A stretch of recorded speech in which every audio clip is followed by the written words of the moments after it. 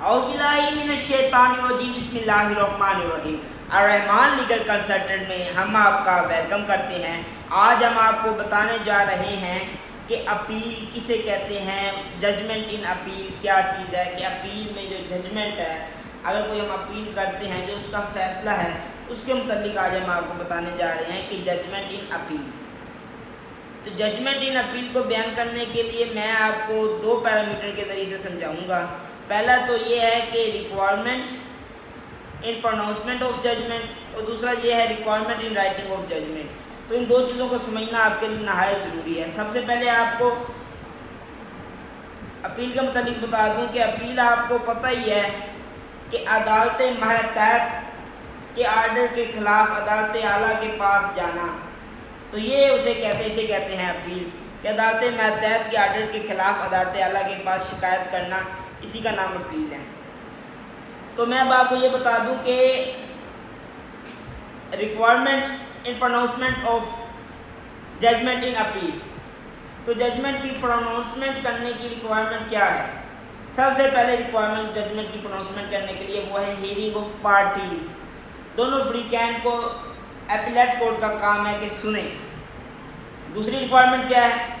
दूसरी रिक्वायरमेंट ये है कि referring to any part of proceeding, कार्रवाई के किसी भी हिस्से को मुलाहजा करना अदालत का अवलीन फरीज़ा है। और तीसरी रिक्वायरमेंट जो सी है वो ये है कि प्रोनाउंसमेंट ऑफ जजमेंट, जजमेंट को प्रोनाउंस कर दिया जाए। अब pronouncement of judgment two ways में होती है। पहला तरीका है इमीडिएटली प्रोनाउंसमेंट ऑफ जजमेंट, के डिग्री को फ़ौरन ही सुना दिया जाए, डिग्री का फैसला फ़ौरन ही सादर कर दिया जाए।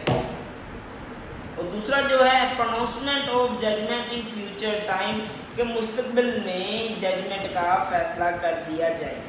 उसके बाद जो नेक्स्ट रिक्वायरमेंट जो हमारे पास है वो मैं आपको बताने जा रहा हूँ कि requirement in writing of judgement.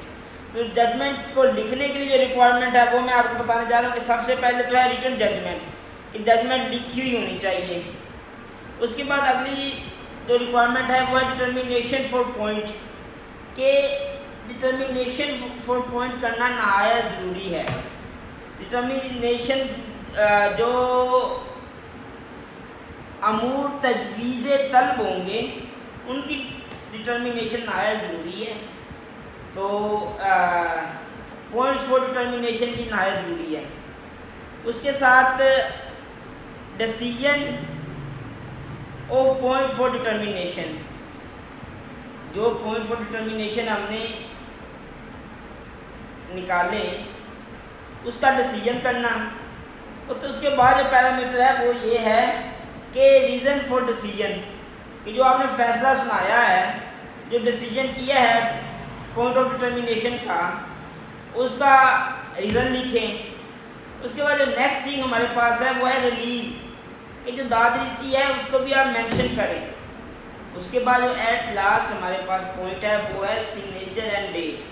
कोई भी जज जो जजमेंट को प्रोनाउंस करता है वो राइटिंग में, उसके लिए रिक्वायरमेंट ये है कि रिटन स्टेटमेंट, रिटन जजमेंट हो, उसके अंदर पॉइंट फॉर डिटर्मिनेशन हो, decision for point for determination हो, रीज़न फॉर डिसीजन हो, ठीक है, डिसीजन का रीज़न हो, रिलीव दिया गया हो, दादरीसी को मेंशन किया गया हो, और उसके बाद सिग्नेचर एंड डेट हो। तो ये चीज़ें थी जजमेंट इन अपील के हवाले से। एक चीज़ और बता दूं कि बाद लोग पूछते हैं appeal appeal appeal appeal appeal appeal क्या चीज़ है। तो अपील के हवाले से भी थोड़ा सा बता दूं कि सीपीसी सिविल प्रोसीजर कोड ज़ाब्ता दीवानी का सेक्शन 104 है अपील के मुतालिक। और इसी के साथ जो आर्डर 43 है वो भी हमें अपील के मुतालिक ही बताता है, आर्डर 43 का रूल 1, ठीक है। उसके बाद मैं अब आपको बताना ये चाहता हूँ कि अपीलेट कोर्ट की जो सी पावर है वो किस सेक्शन में डिफाइन की गई है और अपीलेट कोर्ट क्या कर सकती है। अपीलेट कोर्ट की power section 107 of civil procedure code में डिफाइन की गई है, और appellate court determination of case कर सकती है। उसके बाद अपीलेट कोर्ट के पास इख्तियारात हैं कि टू डिमांड दी केस भी कर सकती है। उसके बाद फ्रेमिंग ऑफ इशू है। उसके बाद referring to trial the case है।